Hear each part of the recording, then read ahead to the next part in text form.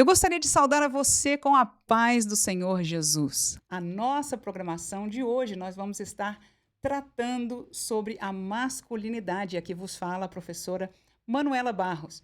Como, na verdade, nós temos visto que a nossa sociedade em geral tem feito guerra contra os homens e a masculinidade. E o que é que o cristianismo, como ele tem se posicionado em relação a isso? E para isso, nós teremos hoje o privilégio de entrevistar a autora Nancy Pearcey.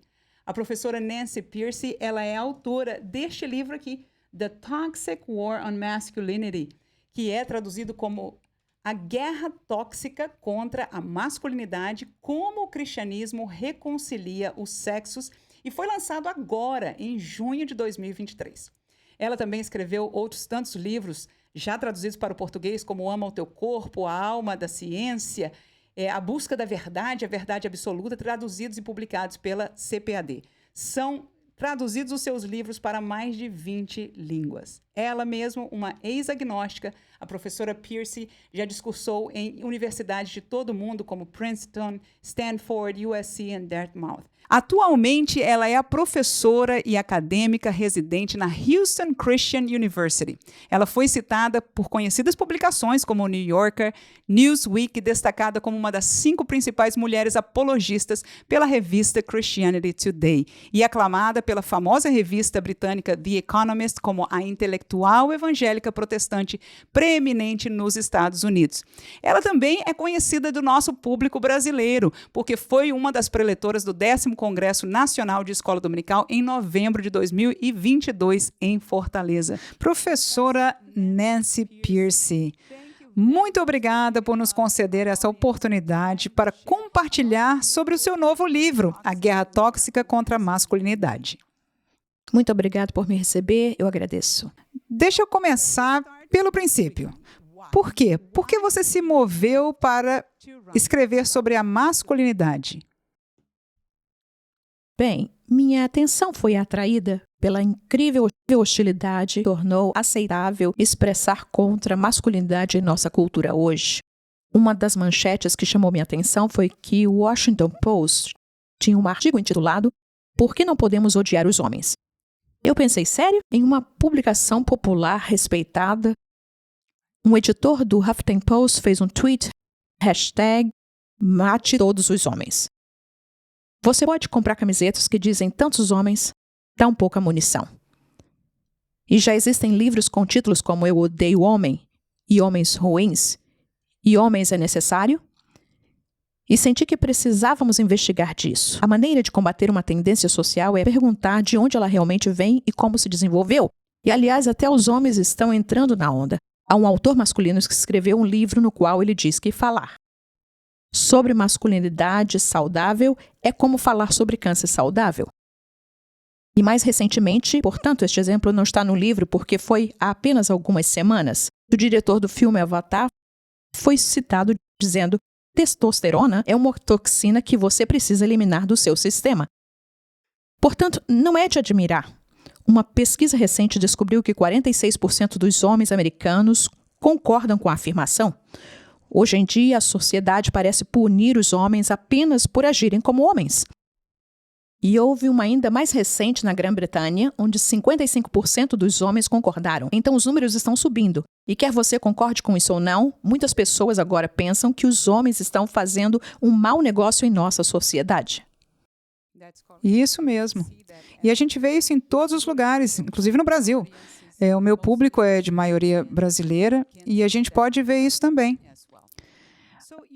Mas o seu livro começou com uma explicação sobre 2 tipos de homens. Você mencionou homens bons e homem de verdade. O que você quis dizer com isso? Sim, eu vou te dar o pano de fundo para isso. Portanto, este é um estudo sociológico que foi feito. E o motivo pelo qual a coloquei na frente do livro foi que dei muitas aulas e também muitos grupos de leitura do livro. Eu gosto de receber muito feedback para que as pessoas me ajudem a eliminar as arestas, por assim dizer. E quando um dos participantes dizia a seus amigos e familiares que estávamos lendo um livro sobre masculinidade, invariavelmente a primeira pergunta era: de que lado ela está? Com esse tom. Sabe, de que lado ela está? Os homens tendiam a presumir que eu seria uma feminista agressiva, e outros presumiam que eu era um reacionário defensivo. Portanto, coloquei este estudo logo no início do livro porque ele tende a desarmar aquela hostilidade inicial. E a sociologia, que não é cristã, é muito conhecida em seu campo. E assim ele é convidado para falar em todo o mundo. E ele criou esse experimento inteligente em que fazia 2 perguntas aos jovens. Primeiro, ele perguntou a eles o que significa ser um homem bom. Se você está em um funeral e na homenagem alguém diz que ele era um homem bom, o que isso significa? E o sociólogo disse que em todo o mundo os jovens não têm dificuldade em responder essa pergunta. Eles diriam honra, dever, integridade, sacrifício, faça a coisa certa, defenda o pequenino, seja um provedor, seja um protetor, seja responsável, seja generoso. E ele disse, eu tenho as mesmas respostas em todos os lugares do Brasil. Ele menciona o Brasil. Do Brasil à Suécia e à Austrália, os rapazes parecem ter um conhecimento intrínseco e inerente do que significa ser bom. E como diríamos, as pessoas são feitas à imagem de Deus. E assim, os homens têm uma noção do que significa ser bom. Romanos também. Todos nós temos uma consciência. Mas então o sociólogo faz uma pergunta complementar aos jovens e diz, o que significa se eu disser para você, seja um homem de verdade? E os rapazes diriam, não. Isso é completamente diferente. Isso significa ser duro, ser forte, nunca mostrar fraqueza, nunca desistir, engolir, ser competitivo, ficar rico, transar. Estou usando a linguagem deles. E então o sociólogo conclui que existem 2 roteiros concorrentes para os homens, que os homens inerentemente sabem o que significa ser bom, mas que a pressão social sobre eles é o homem de verdade. E claro, essas características do homem real tendem a ser aquelas que consideramos mais tóxicas, ou pelo menos ser separadas do ideal moral do homem bom. Eles podem deslizar para características mais tóxicas como direito, domínio, controle e assim por diante. E coloquei isso no início do livro porque ajudou as pessoas a perceberem que não precisamos defender ou atacar a masculinidade. Precisamos fazer uma distinção entre os homens bons e os homens reais.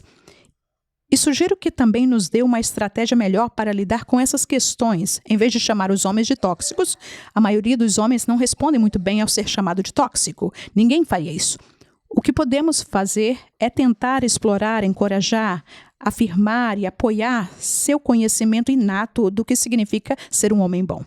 E isso nos dá uma abordagem muito mais positiva para essas questões. Muito bom, sábio, boa palavra.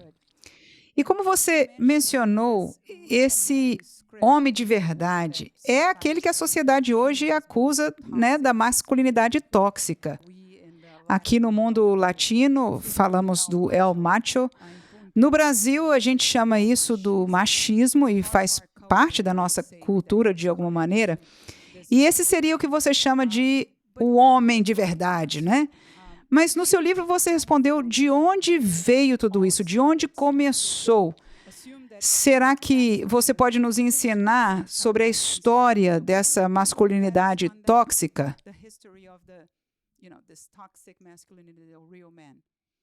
Sim, bem, para manter o livro em um tamanho razoável, concentrei-me principalmente na América do Norte, embora eu tenha uma pequena seção globalmente, mas certamente na América.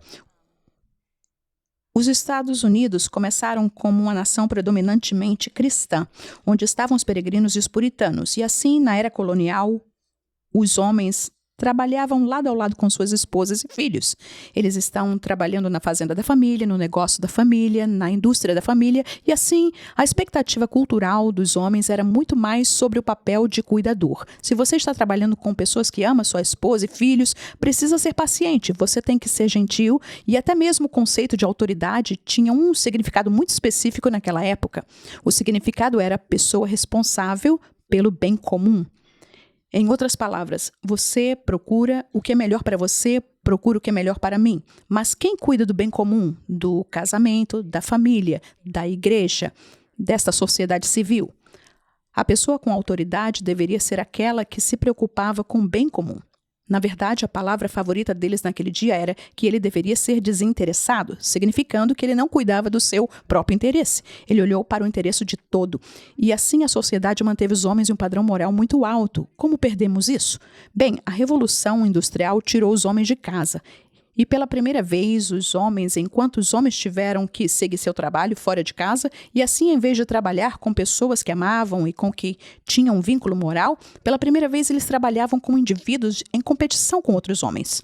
E aí que você vê a literatura começar a mudar. Você pode ver isso na literatura do século XIX. As pessoas começaram a protestar para reclamar que os homens estavam mudando, que estavam se tornando mais individuais, ascéticos, competitivos, egoístas, agressivos e ambiciosos. Fique atento ao número 1, que foi quando, pela primeira vez, a linguagem que descreve o personagem masculino se tornou mais negativa. E assim, essa perspectiva histórica nos ajuda a entender que precisamos fazer para mudar isso. Você sabe que a solução mais importante a longo prazo para truques tóxicos nos homens é reconectar os homens com suas famílias, especialmente com seus filhos. E assim, é claro, no livro também tem alguns capítulos práticos sobre como fazer isso. Mas a relação de pai e filho, um historiador diz que a relação de pai e filho foi a mais prejudicada pela Revolução Industrial, porque pela primeira vez, os meninos estavam crescendo sem aquele modelo do dia a dia do que significa ser um homem bom. E eles, pela primeira vez, houve uma diferença entre gerações e pela primeira vez houve uma crise de identidade entre os meninos. E por isso que volto tão longe na história, porque você precisa ver onde começou, se você vai ter uma boa solução para isso. Correto. Isso é mesmo muito interessante. Você mencionou no livro sobre o darwinismo, a teoria da evolução, como um fator que piorou tudo isso. Você pode explicar alguma coisa sobre isso? Muito pior, sim, de fato. Assim, o darwinismo, os pensadores darwinianos basicamente argumentaram que na luta pela sobrevivência, os homens que saíssem por cima seriam necessariamente os mais cruéis, os mais rudes, os selvagens, brutais, bárbaros e até mesmo predatórios. E então eles começaram a argumentar que este é o personagem masculino. Se você quiser voltar a entrar em contato com a masculinidade verdadeira, isso significa entrar em contato com a fera interior. É quando, por exemplo, os livros de Tarzan foram escritos. E o filho do autor diz que foram escritos explicitamente para dar forma ficcional à ideia de que os humanos são apenas parte do mundo animal e nada mais.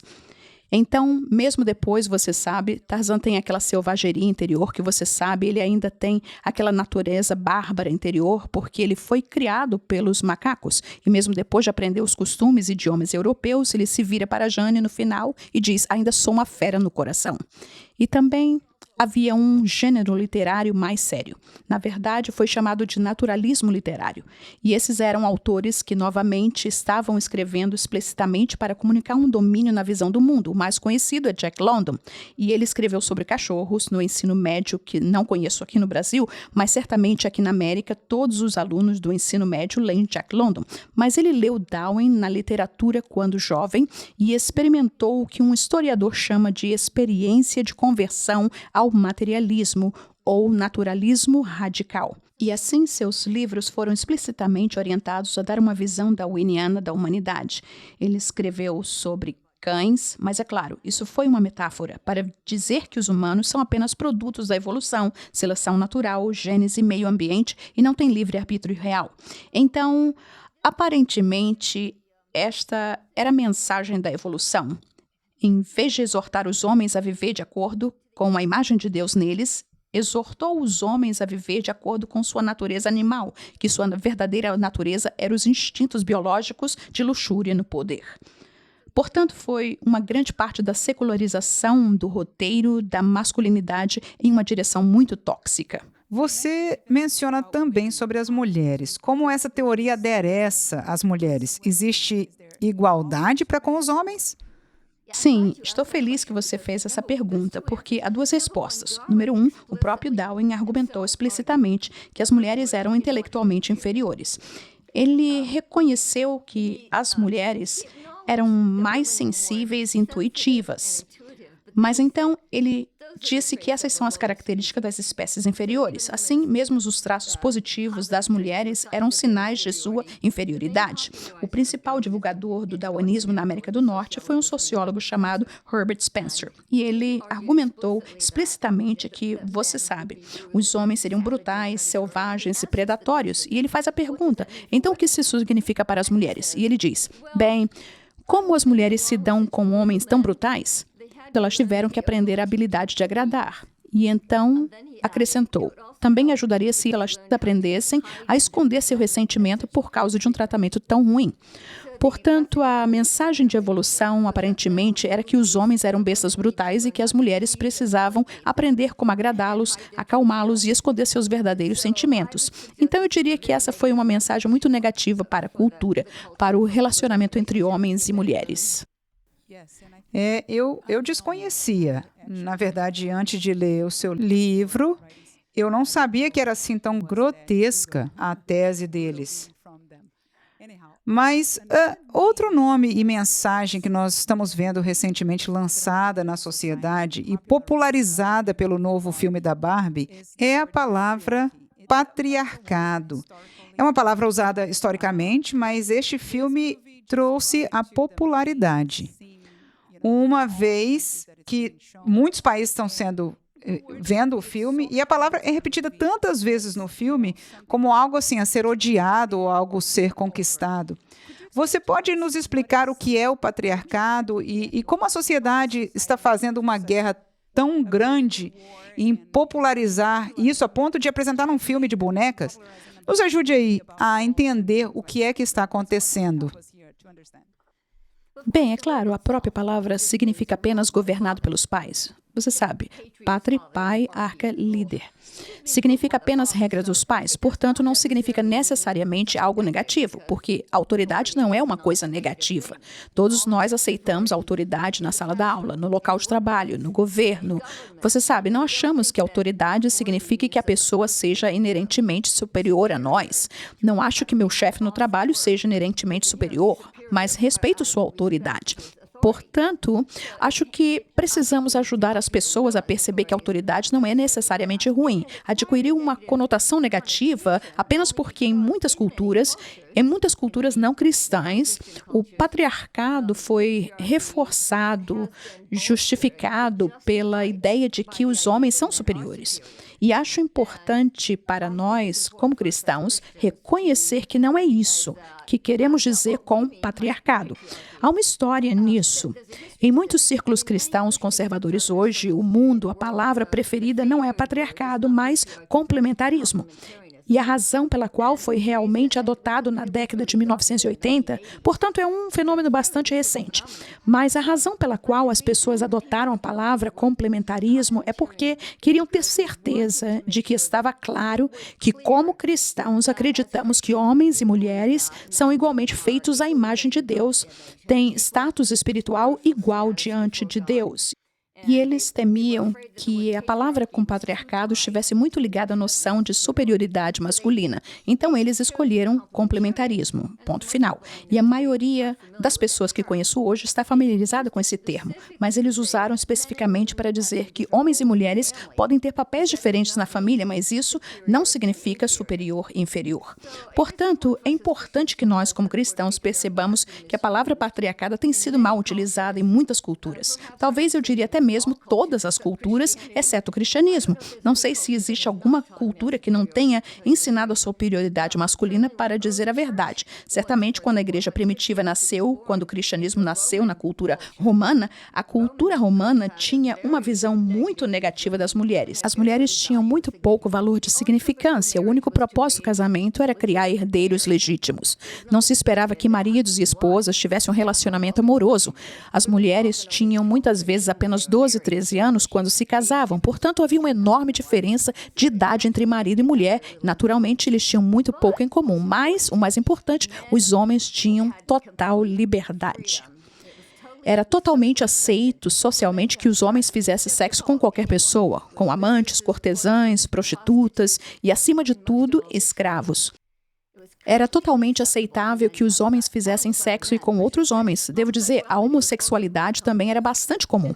E assim, quando o cristianismo entrou em cena, sua mensagem para as mulheres não foi tão incomum.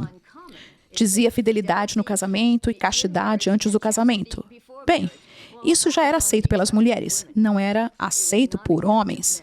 Então, o cristianismo foi absolutamente revolucionário para os homens, porque dizia, não, você não pode fazer sexo com todas essas outras pessoas. Você tem que canalizar todos os seus impulsos eróticos e todo o seu amor e afeição para sua esposa, para construir seu casamento.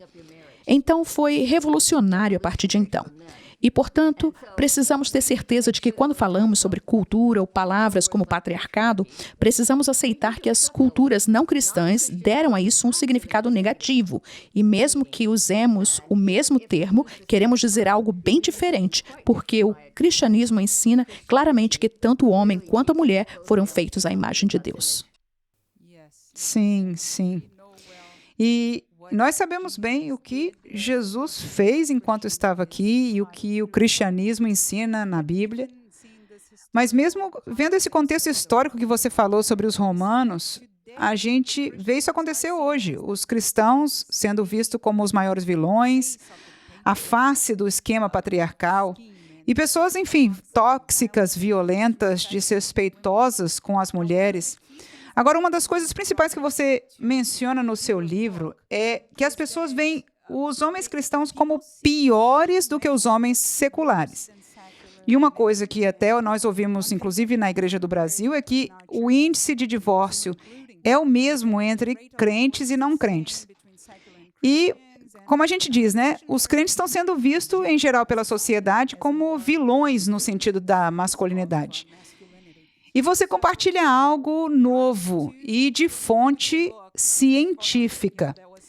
Quais foram os seus achados? Esta é realmente a razão pela qual decidi escrever este livro. Eu me deparei com os dados das ciências sociais que mostram que os homens cristãos evangélicos realmente são os maridos e pais mais amorosos. E, como você, eu estava acostumado a ouvir o contrário.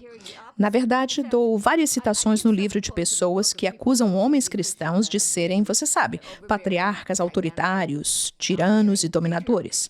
E eu vou te dar apenas um. Então, este foi o cofundador do movimento Church Too, que seguiu o movimento Me Too. E ela disse que a teologia da liderança masculina alimenta a cultura do estupro que vemos permeando o cristianismo americano hoje. Então, os cientistas sociais, alguns deles psicólogos, outros sociólogos, estavam ouvindo essas acusações e disseram: onde está a sua evidência? Você sabe, você está fazendo essas acusações, onde estão os seus dados? Então eles saíram e fizeram os estudos. E cito cerca de 12 de estudos diferentes, todos descobrindo que os homens realmente evangélicos, que frequentam a igreja regularmente, que realmente vivem isso, provam ser os maridos mais amorosos e engajados. E, a propósito, a outra crítica que sempre recebo é: bem, é claro, as esposas disseram que estavam felizes porque seus maridos estão sentados ao lado dela. Não, as mulheres foram entrevistadas separadamente. E o que eles realmente estão dizendo é que as esposas relatam um mais alto nível de felicidade, com a expressão de amor e carinho de seus maridos. Os pais evangélicos também são os pais mais amorosos e engajados. Eles passam mais tempo, 33 horas e meia a mais do que os homens seculares com seus filhos, tanto em atividades compartilhadas como esportes, igreja, grupo de jovens, quanto em disciplina, como estabelecer limites para o tempo de tela ou impor a hora de dormir. Casais evangélicos realmente têm a menor taxa de divórcio. E a grande surpresa é que eles têm a menor taxa de abuso e violência doméstica, menor do que qualquer grupo importante na América do Norte. Portanto, ao contrário de todas as mensagens da mídia que recebemos, na verdade, deixe-me fazer uma citação. Às vezes é bom ter uma citação para cristalizá-la. Isso é do New York Times, um dos meus pesquisadores favoritos. Ele fez o maior estudo. seu estudo preencheria um livro. Então, foi um estudo muito grande. E o nome dele é Brad Wilcox. Ele está na Universidade de Virgínia. E para lhe dar uma noção de sua estatura, ele é publicado em lugares como o New York Times. Então, essa é uma citação de um artigo que ele escreveu para o New York Times. Ele disse que as esposas mais felizes da América são as religiosas conservadoras. Claro, eles estão relatando especialmente as esposas, porque a suposição é que a liderança masculina é opressiva para as mulheres. As esposas mais felizes da América são as religiosas conservadoras. Totalmente 73% das esposas que mantêm valores de gênero conservadores e frequentam cultos religiosos regularmente com seus maridos têm casamentos de alta qualidade. E então ele se volta para os seus colegas seculares da Universidade da Virgínia, e esta é realmente a minha citação favorita. Ele diz que os acadêmicos precisam deixar de lado seu preconceito sobre religiosos conservadores e evangélicos, em particular protestantes conservadores. Homens casados com filhos são consistentemente os pais mais ativos e expressivos e os maridos mais emocionalmente engajados. Portanto, o ponto principal é que o cristianismo tem uma resposta muito prática para reconciliar os sexos, como coloquei em meu subtítulo. E não é apenas uma conversa estimulante de um líder religioso. Essas são descobertas que resistiram a testes empíricos rigorosos e devemos ser ousados em trazê-los não apenas para nossas igrejas, mas também para a praça pública, como uma resposta baseada em evidência à acusação de masculinidade tóxica. Eu achei muito interessante os achados da pesquisa, diferenciando os cristãos nominais dos cristãos fiéis, comprometidos. E aí que aparece, a diferença dos números. Você pode desenvolver um pouco sobre isso? Sim, então isso foi em resposta ao que você disse um minuto atrás. Todos nós ouvimos que os cristãos se divorciam na mesma proporção que o resto da sociedade. Na verdade, em minha pesquisa descobri que essa é uma das estatísticas mais citadas pelos líderes cristãos. E então os pesquisadores voltaram aos dados e eles fizeram aquela distinção que você acabou de mencionar. Os homens evangélicos que estão comprometidos e frequentam a igreja regularmente versus cristãos nominais. E na América do Norte, temos muitos protestantes nominais, especialmente. E esses são homens que podem reivindicar o rótulo evangélico, mas que não frequentam a igreja regularmente e que podem aprender a linguagem da Bíblia como liderança e submissão, mas não leem a Bíblia o suficiente, não vão à igreja o suficiente para obter o significado cristão, o significado bíblico. E assim, eles infundem significado secular do roteiro secular para a masculinidade de domínio, direito e tudo isso. E eles testam dramaticamente diferentes. Na verdade, eles são os mais tóxicos. Eles se encaixam nos estereotipos tóxicos. Suas esposas relatam o nível mais baixo de felicidade, eles gastam menos tempo com seus filhos, eles são os mais propensos ao divórcio. Eles se divorciam em taxas mais altas do que os homens seculares. E elas têm as taxas mais altas de abuso e violência doméstica, ainda mais altas do que os homens seculares. Portanto, você pode ver por que os números costumam ser distorcidos, porque se você apenas fizer uma declaração geral sobre os evangélicos, obterá homens que são melhores que os seculares e que são piores do que os seculares.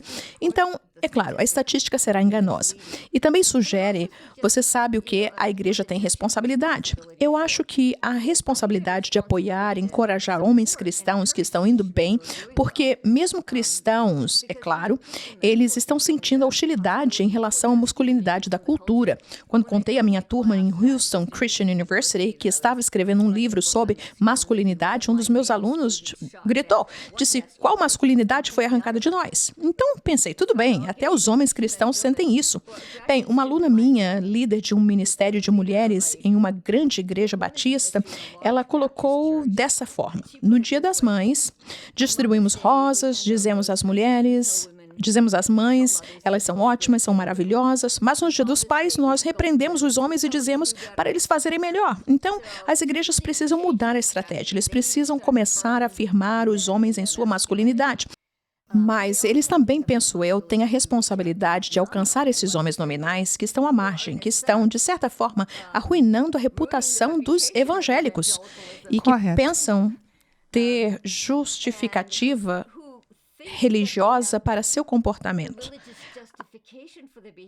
Às vezes me pergunto, bem, por que eles são ainda piores que os homens seculares? É porque acham que têm permissão religiosa para agir dessa forma.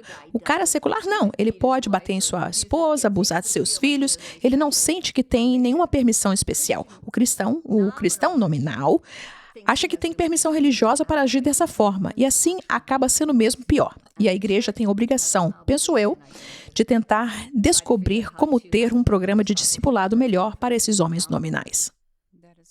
Isso é bom.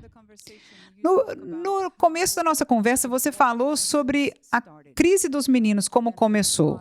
Quando os pais, historicamente, saíram de casa para trabalhar nas fábricas, na cidade. E aí, toda uma geração de meninos crescendo sem pai. Ou pais que chegavam tarde, apareciam no fim de semana e às vezes até trabalhavam no fim de semana. Tornou-se uma geração sem pais. E nos nossos dias, como o divórcio e as coisas no sentido de trabalho não mudaram muito, você poderia falar um pouco mais sobre essa crise dos meninos, os criados sem pais, e em que isso piora o problema da masculinidade nos nossos dias?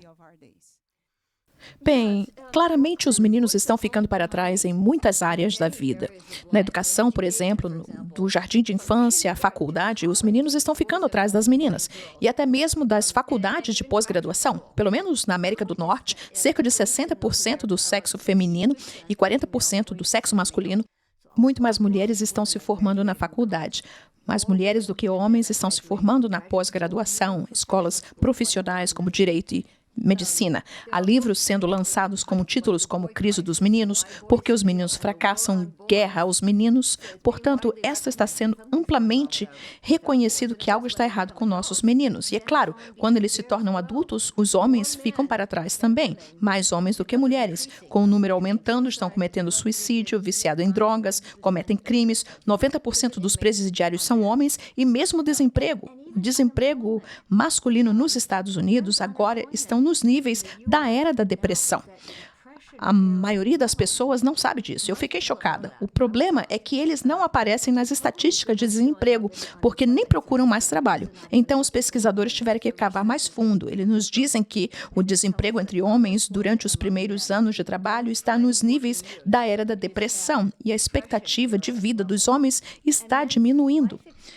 O nível feminino permaneceu o mesmo, portanto, não é uma tendência geral, são apenas homens. Há uma revista chamada The New Scientist que disse que o principal fator demográfico na morte precoce agora é ser homem. Então, acho que é hora de começarmos a dizer: há algo que possamos fazer para começar a ajudar os homens e dar-lhes o apoio? Devemos ter compaixão pelos homens, porque eles estão muito pior agora do que as mulheres. E isso também não ajuda as mulheres. Com quem eles vão se casar se os homens não estão recebendo a educação do fracasso no lançamento? Não sei se vocês têm essa frase, mas a falha do lançamento é uma coisa muito real. Os jovens se sentem impotentes, sem propósito de vida, sem motivo para sair e trabalhar e, você sabe, se desenvolver. E por isso que pessoas como Jordan Peterson são tão populares agora. Onde está a igreja? Como a igreja vai ficar? Encontre uma maneira de encorajar e apoiar os rapazes que estão ficando para trás. Por um lado, queremos dizer que é ótimo que as mulheres estejam avançando, não queremos dizer que isso é ruim. É ótimo que as mulheres tenham progredido na educação e no mercado de trabalho. Há mais mulheres do que homens no mercado de trabalho hoje em dia. Acabei de ler a estatística hoje mesmo. Na verdade, agora superamos os homens até mesmo na força de trabalho. Isso é ótimo, isso é maravilhoso, mas agora é hora de começar a dizer, talvez tivéssemos ter alguns programas especiais para homens também, que se concentrem na força masculina, no caráter masculino e apoiem firme isso como dado por Deus. Deus nos fez homem e mulher. Devemos tratar a masculinidade como uma coisa boa, como um bom presente para a sociedade. Correto. E como você mencionou no livro, o fato de que muitos dessa geração masculina cresceram sem um pai em casa. É muito interessante. Eu espero que as pessoas comprem mesmo e leiam o livro, porque foi muito aprendizado. E uma das coisas que eu amei foi que você não pregou. Você trouxe ciência, mostrou evidências e em grande quantidade. Ninguém pode reclamar disso. Ótima leitura. E no final do livro, você menciona um experimento que foi feito sobre casamentos e reconciliação de casamento, e que a conclusão do pesquisador, que eu não me lembro do nome, foi que o homem realmente é aquele que lidera, inclusive no processo da reconciliação. E para mim, isso foi surpreendente, porque a gente sempre escuta que o quê? Que as mulheres têm que fazer melhor, se portar melhor, ser mais humilde, tentar mais, isso e aquilo, mas Deus coloca na Bíblia os homens em um lugar de liderança, como você mencionou. Nós sabemos que somos iguais diante de Deus, mas eles têm uma posição de liderança na casa e na família. E quando o casamento está mal, às vezes a gente pensa que é o trabalho da mulher de assumir essa liderança. E o que a pesquisa descobriu, que você relatou no livro, é o oposto. É que nós, como mulheres, já estamos fazendo a nossa parte. Só podemos fazer um certo ponto, num certo lugar, os homens têm que assumir a liderança. E eu gostei demais do exemplo que você pôs daquele cantor que estava tendo dificuldade no seu casamento, sua família, e meditando sobre isso, ele fez uma música que me toca muito, amo ouvir essa música. Então, Nancy, você pode compartilhar um pouco sobre essa experiência? Oh, sim. O nome é John Gottman. Okay. John Gottman não é cristão, mas é considerado o maior pesquisador de casamento do país, talvez do mundo, porque foi matemático antes de se tornar psicólogo. E então ele trouxe essa abordagem muito quantificável, e o que ele faz é trazer casais para um laboratório equipado como uma pousada, e eles ficam lá por até 3 dias. E durante esse tempo, ele os mostra para testar seus batimentos cardíacos, sua respiração, sua taxa de suor, os hormônios do estresse. E ele ainda tem códigos complicados para medir gestos, como revirar os olhos em desgosto, ou, claro, a sua linguagem de apaziguar ou humilhar.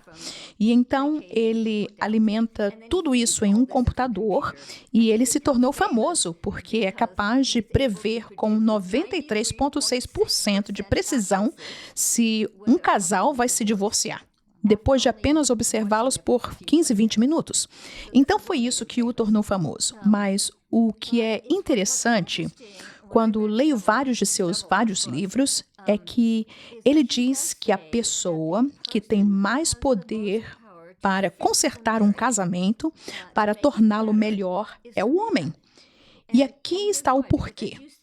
Porque, como você disse, é verdade. Acho que todos nós sabemos que as mulheres costumam trabalhar mais em seus relacionamentos. São elas que leem livros sobre casamento, relacionamento, são elas que fazem terapia, são elas que procuram aconselhamento pastoral para o casamento. E também é verdade, como você disse, a sociedade espera isso delas. Quando eu era adolescente, uma mulher mais velha me disse: bem, quando você se casa, você tem que contribuir com 70% e o marido com 33%. É assim que o casamento funciona. E certamente quando há algum problema no casamento, o conselho costuma ser dado à esposa. Você precisa ser mais submissa, você precisa ser mais amorosa, você precisa ser mais misericordiosa, precisa fazer as refeições favoritas dele. E John Gottman descobriu que, na verdade, é o oposto. Que os homens têm mais poder para consertar seu casamento quando há um problema. E é como ele coloca. Primeiro de tudo, ele dá um número. Ele disse que 65% dos homens não aceitam influência. Essa é a palavra dele. Eles não aceitam a influência de suas esposas. Com isso, ele quer dizer que eles realmente não ouvem as opiniões de suas esposas, não levam em conta a perspectiva da esposa, eles não compartilham poder com suas esposas no sentido de tomada de decisão compartilhada. 65%. E sua conclusão é que são principalmente as mulheres que estão tentando consertar o casamento. E então o que importa é se o homem responde e, como ele diz com muita frequência, eles não retribuem o favor. Você usa suas palavras exatas? Então ele disse: não estou dizendo isso para culpar, envergonhar os homens, estou dizendo a eles que eles têm um poder enorme em seu relacionamento. Se eles querem um bom casamento, é com eles, porque normalmente você sabe, estaticamente, as mulheres geralmente são mais relacionais. Eles estão trabalhando no relacionamento. E então cabe ao homem responder ou não.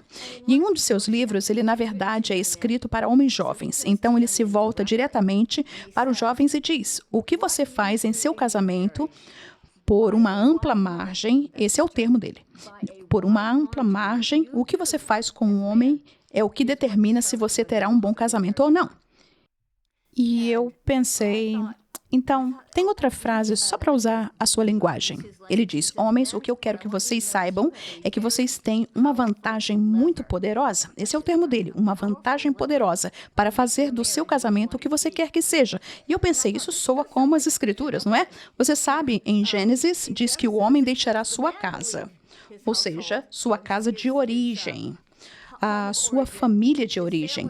Diz que o homem deixará sua família e se conectará com sua esposa. Eu não sei se você percebe isso, mas na maioria das culturas espera-se que a mulher deixe a sua família e se junte à família do marido. Portanto, as escrituras estão, na verdade, promovendo algo bem diferente. Diz: cabe ao homem tomar a iniciativa de deixar aquele lar confortável e familiar e partir para formar uma família separada, um casamento separado, um lar separado. Então, eu sugeriria que as escrituras se alinham perfeitamente com o que os dados psicológicos mais recentes estão nos mostrando.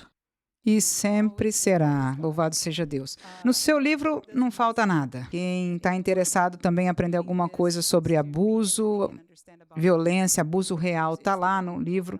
Eu não vou te perguntar nada sobre isso, mas eu espero que as pessoas comprem. Eu espero que em breve esteja traduzido o livro, né, já para o português, para que todos possam comprar, porque foi de muito aprendizado para mim. Mas eu quero terminar essa última pergunta da minha parte. Aquilo que eu considero ser a mensagem principal do livro. E isso seria o verdadeiro cristianismo bíblico, não o nominal.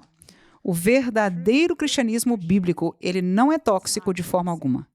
Na verdade, é o oposto. É a solução mais plausível para a crise da masculinidade. E eu gostaria de dar a você essas últimas palavras sobre isso, sobre esse entendimento que eu entendi ser a mensagem central do livro, que é bíblica.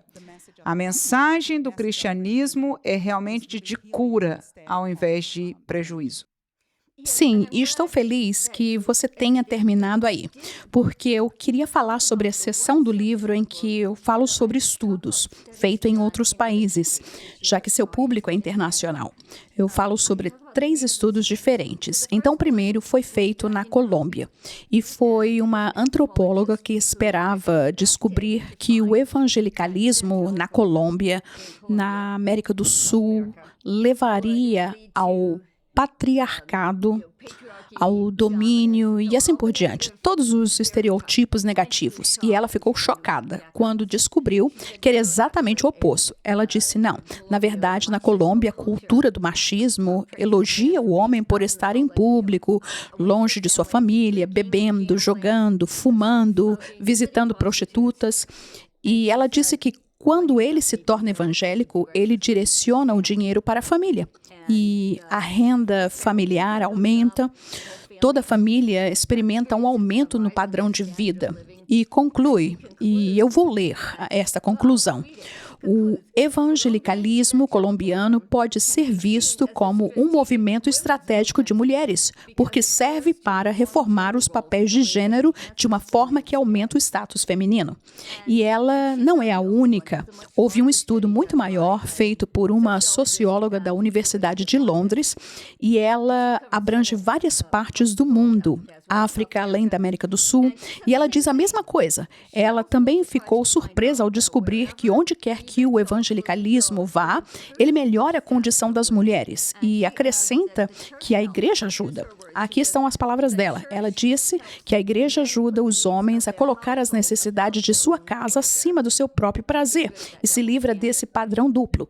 E ela realmente argumenta que o cristianismo fez mais para melhorar a vida das mulheres pobres em todo o mundo do que o feminismo ocidental ou as sociedades humanitárias ocidentais. E ela gosta das mesmas palavras. Na verdade, ela usa a linguagem de que o evangelicalismo deveria ser chamado de um melhor movimento de mulheres, no sentido que faz muito pelas mulheres. O meu último exemplo foi um livro de um best-seller de uma colunista do New York Times, chama-se Metade do Céu. As pessoas podem conhecer este porque é o livro mais vendido, mas o nome dele é Nicholas Kristof e ele e sua esposa também deram a volta ao mundo olhando para o status das mulheres e eles reconheceram que a igreja tem um impacto benéfico. Aqui está, eu vou te dar uma citação também. Eles dizem que nos países em desenvolvimento, a igreja evangélica aplica pressão na comunidade para trazer os maridos rebeldes de volta à linha. E então eles dizem que a igreja também desencoraja práticas de bebida e adultério que causaram tremendas dificuldades para as mulheres.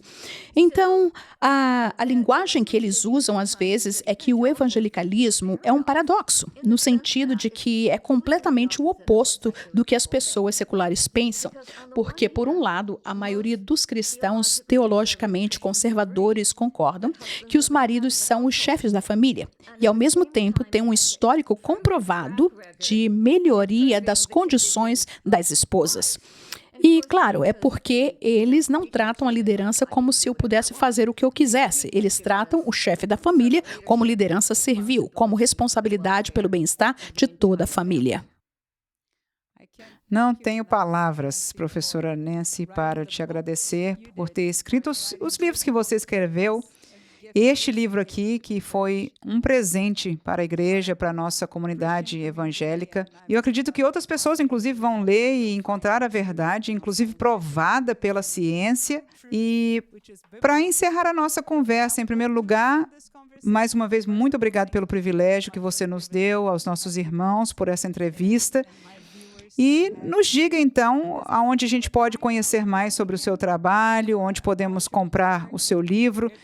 Esse livro novo, eu não sei se você já tem alguma notícia sobre a tradução, mas nós temos outros livros seus no Brasil. E eu gostaria de saber onde a gente pode conhecer mais sobre o seu trabalho. E para aqueles que estão aqui nos Estados Unidos, eles podem encontrar o seu livro no Amazon e em outras lojas? Sim. Sim, certamente. Amazon é onde você pode encontrar de tudo. Então você pode comprar no Amazon, se você preferir, christianbook.com ou em qualquer lugar que você desejar. A mesma editora, a editora Baker, criou um novo e colorido site, então você pode vir ver, o site é nancypearcey.com. E assim você pode ler meus outros livros, você pode navegar e ver o que mais eu escrevi. E sabe, eu acabei de pensar nisso enquanto você falava. Eu deveria colocar os meus livros que estão em outros idiomas. Eu não fiz isso ainda, isso seria bom porque 5 dos meus livros já estão em português, acho que 4 ou 5. Sim. Então, sim, definitivamente a CPAD já publicou e também houve outros livros traduzidos pela editora presbiteriana, como A Alma da Ciência, e estão traduzindo Salvando Leonardo. E desculpa, eu não sei o nome dessa editora presbiteriana, mas sim, os livros estão já disponíveis, eu tenho certeza, e tenho certeza que a CPAD já está conversando com a editora Baker sobre o direito de traduzir este livro também. Muito obrigada, Nancy, pelo seu tempo, por estar aqui conosco. Deus abençoe. Muito obrigado, foi ótimo conversar com você.